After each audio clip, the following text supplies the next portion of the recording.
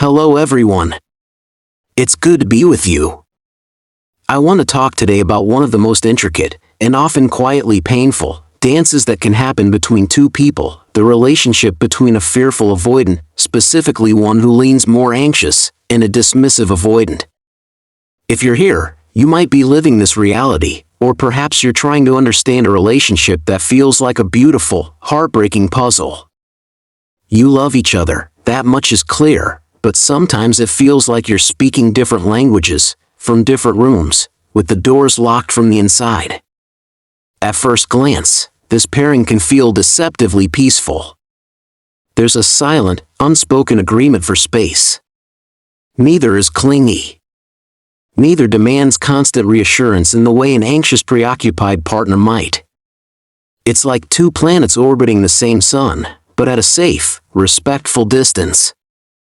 You both understand the fundamental need for air, for room to breathe. This is the initial gift, the positive pull. You don't feel smothered. You feel, for once, like your solitude is understood.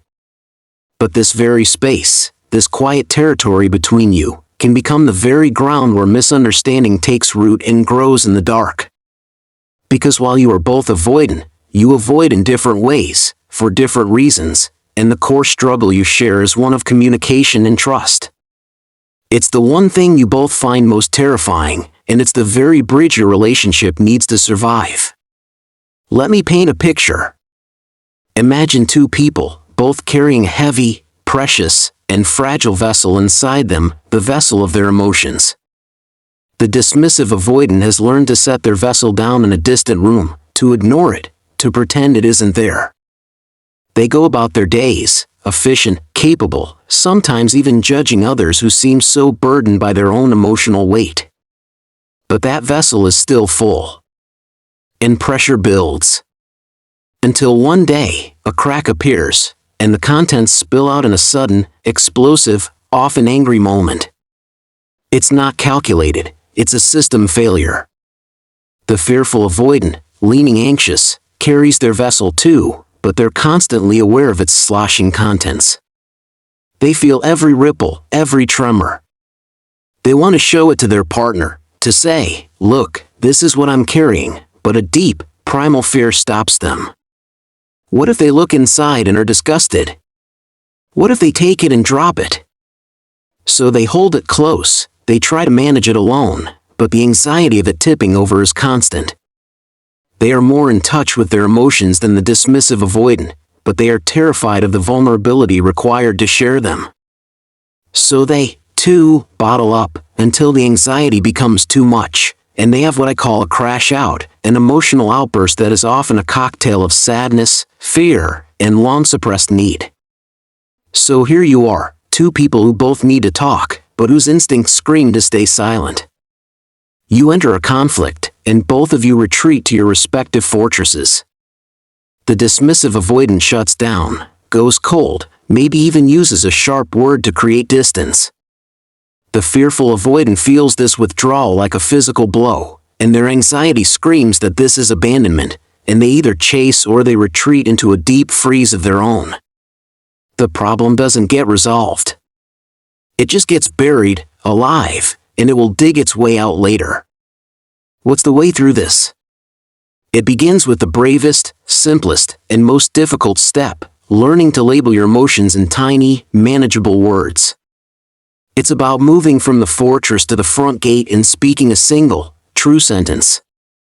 If you are the dismissive avoidant, in that moment when you feel the walls coming down, the heat rising in your chest, the overwhelming need to just make it all stop, instead of shutting down or lashing out, you take a breath and you say, "I am feeling overwhelmed.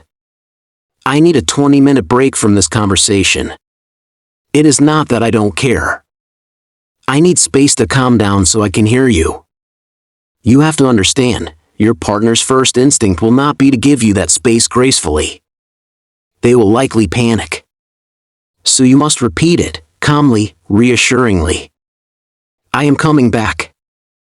This is about my capacity, not your value." You are retraining your own nervous system and theirs.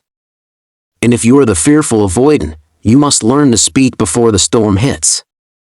You must notice the small pinpricks of resentment, the tiny disappointments, and instead of letting them accumulate into a mountain of evidence that you are unloved, you voice them gently and early. I felt a little hurt when you made that joke in front of our friends.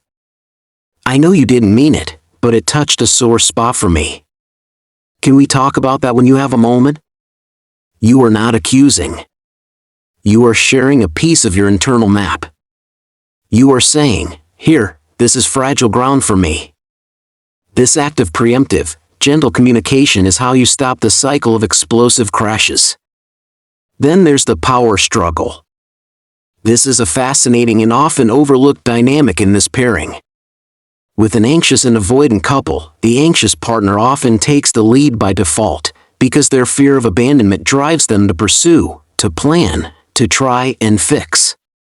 But here, with two avoidants, you have a different problem.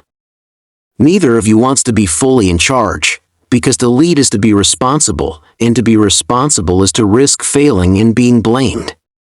But at the same time, neither of you wants to fully relinquish control, because that feels like surrendering your safety. So you get this subtle, unspoken tug-of-war over who sets the tempo of the relationship. It's not a loud fight, it's a cold war of passive resistance. Let's make it real. Imagine the fearful avoidant says, "I'd love to see you during the week. My weekends are for recharging, but I miss you and would love a couple of weeknight dinners." The dismissive avoidant replies, "Weeknights are impossible with work. I need my week to myself. I can do Saturday afternoons." A stalemate. Both of you are dug in. The fearful avoidant might eventually give in, saying, "Fine, Saturday it is," but inside, a little part of them withers. They feel their need is being rejected. They show up on Saturday, but there's a resentment simmering beneath the surface. The dismissive avoidant senses this resentment and feels pressured, so they might become distant during the Saturday outing, which confirms the fearful avoidant's fear that they aren't truly wanted. This dance continues until the fearful avoidant has an emotional crash, and in a moment of high emotion, the dismissive avoidant, terrified of losing the connection, might capitulate and agree to a weekday. But it's a concession born of fear, not a compromise born of love. The power struggle hasn't been solved, it's just been postponed. The solution here is conscious, willing compromise. It's both of you looking at the map of your needs and drawing a new path together. It's saying, okay, you need weekends to yourself, and I need connection during the week. What if we protect one weekday evening, just for us, and we keep Saturdays open but with no pressure? If we both feel up to it, we can do something, but it's not an obligation.